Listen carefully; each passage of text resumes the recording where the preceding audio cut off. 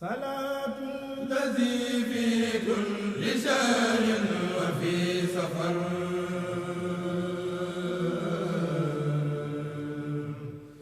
hamani ala mahil mahal hamsa wa safar.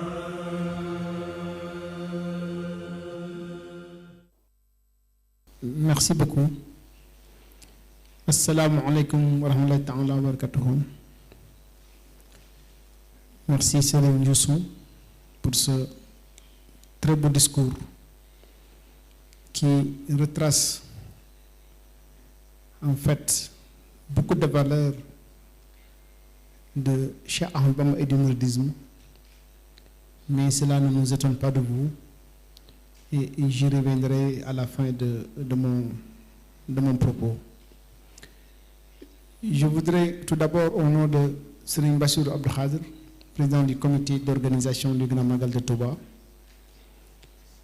saluer nos hôtes ici présents et qui nous viennent de différents pays amis, mais qui sont surtout des amis de Touba. Et j'en connais certains, notamment Cheikh Bilal, et à chaque fois nous le voyons parler de Cheikh Ahmadou Bamba dans ces différentes plateformes, et c'est quelqu'un qui participe beaucoup à la promotion du mouridisme, et il en est certainement de même pour les autres que je connais moins. Et Serigne Bassirou, au nom du Khalife général des Mourides, vous souhaite la bienvenue à Touba pour assister au Grand Magal, qui est un jour de grâce et un jour de bénédiction et qui marque le départ à l'exil de Cheikh Ahmadou Bamba. Vous êtes aujourd'hui ici à l'université, au complexe Cheikh Ahmadou Khadim, hôte de Hizbut Tarqiyyah, qui est l'une des plus grandes organisations de la communauté mouride, au service du Khalife général Cheikh Mouhamadou Mountakha. Et vous avez entendu et certainement apprécié le discours de Serigne Youssou, qui en est le responsable moral. Et ma présence au nom du président du comité d'organisation témoigne de l'intérêt que nous portons pour les activités du Daïra Hizbut Tarqiyyah, qui joue un rôle extrêmement important dans l'organisation du Magal et dans l'organisation de la communauté de manière générale. Donc je voudrais, Serigne Youssou, au nom de ceux qui m'ont envoyé ici, vous adresser encore une fois, puisque lui-même l'a fait il y a quelques jours de vive voix devant tout le monde, vous adresser ses remerciements, ses prières et son contentement, sa satisfaction par rapport à toutes les actions que vous menez pour le rayonnement du mouridisme, pour appuyer, soutenir et accompagner le Khalife général des Mourides, qui lui-même est assez satisfait du travail que vous accomplissez. Et j'en veux pour preuve sa présence il y a quelques jours dans votre siège social. Je pense que c'était il y a 3 ou 4 jours. Donc vous pouvez recevoir de remerciements et nous sommes ici donc pour témoigner de cela. Et en l'endroit de nos hôtes, je voudrais vous dire que vous êtes au bon endroit, puisque le Daïra Hizbut Tarqiyyah est un maillon extrêmement important dans l'organisation de la communauté. Et il participe au rayonnement culturel, scientifique, à la vulgarisation de l'œuvre de Cheikh Ahmadou Bamba. Et tout au long du Magal, vous allez pouvoir assister à différentes conférences qui vous permettront de vous familiariser avec les enseignements du Cheikh, qui sont des enseignements scientifiques, mais également des enseignements pour la paix, mais aussi des enseignements pour la promotion de la culture islamique. Et je pense que c'est le thème que vous avez choisi de débattre aujourd'hui. Et Cheikh Ahmed Bamba a joué un très grand rôle dans la pérennisation de ces valeurs islamiques, étant lui-même un mujaddid,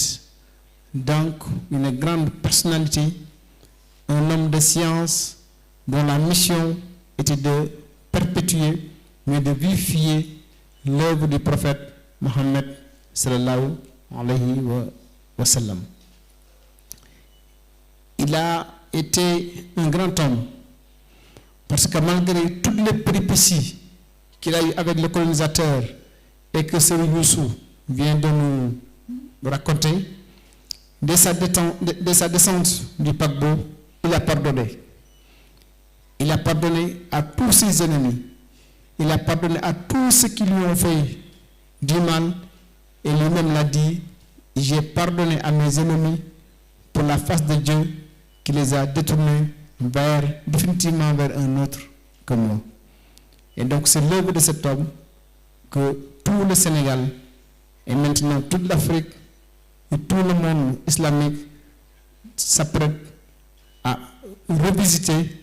pour qu'il puisse continuer de nous inspirer, puisqu'on a besoin plus que jamais de faire comme lui dans un monde sans repère, dans un monde plutôt difficile, dans un monde où des relations conflictuelles font légion dans toutes ces parties.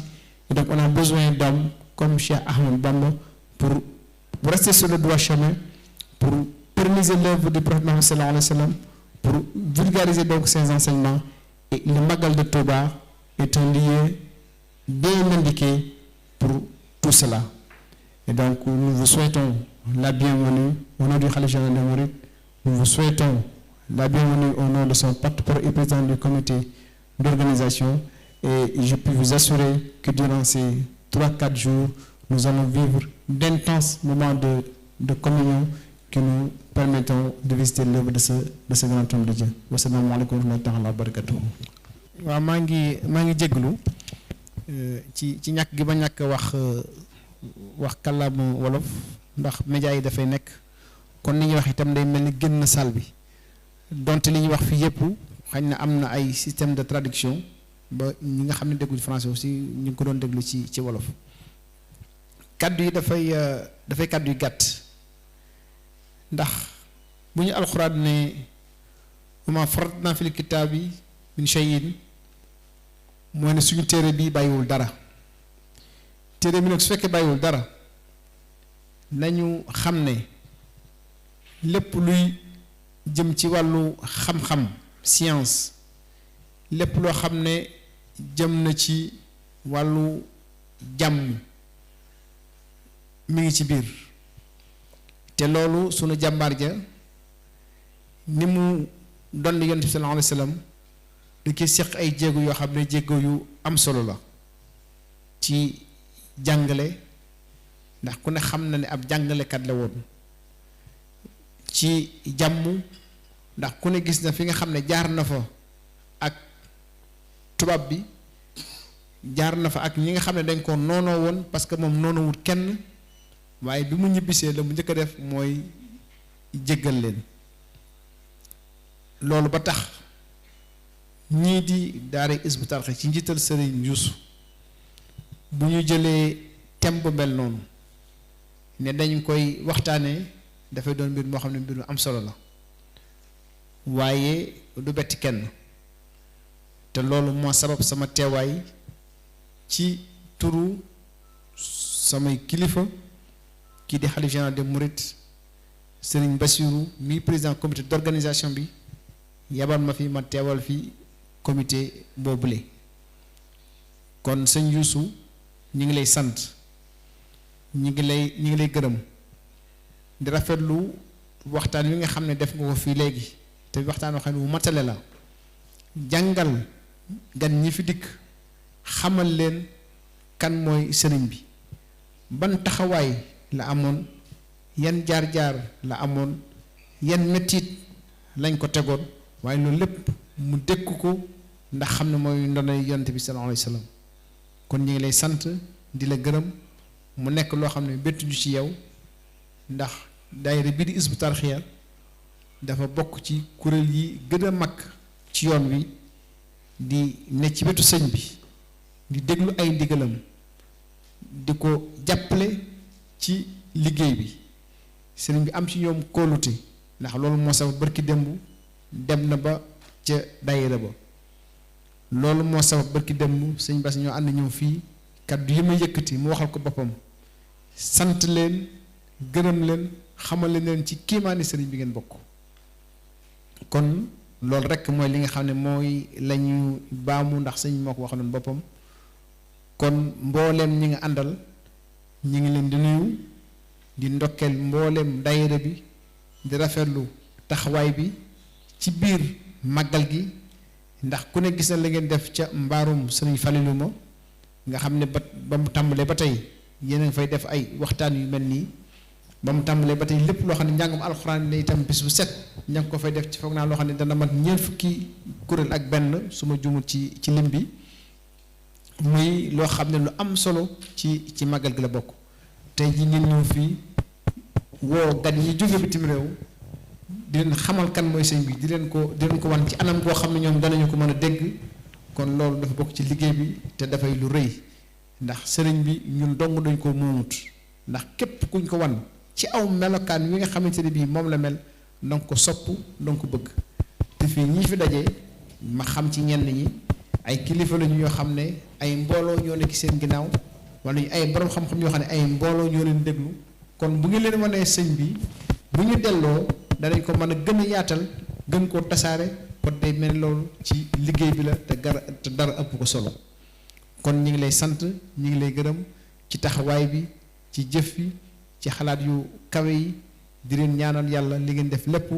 sëñ Tuubaa nangu ko gën leen a kattanal gën leen a dooleel mu lépp loo xam ne yéene ngeen ko ngeen def ko na nga xamante ne bii noonu ngeen ko bëggee wasalaamualeykum wa rahmatullahi taala wa barakatu ñi ngi sant ñëpp di gërëm ñëpp di baal ak ñëpp jërëjëf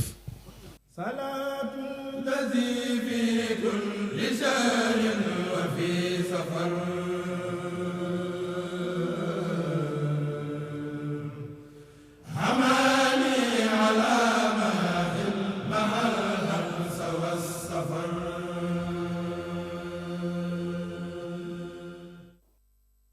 yéen ñii di ñu seetaan jaaree ko ci YouTube su ngeen bëggee jot suñuy publication mën ngeen abonné Al Mouridiyyah TV te bu leen fàtte laal cloche bi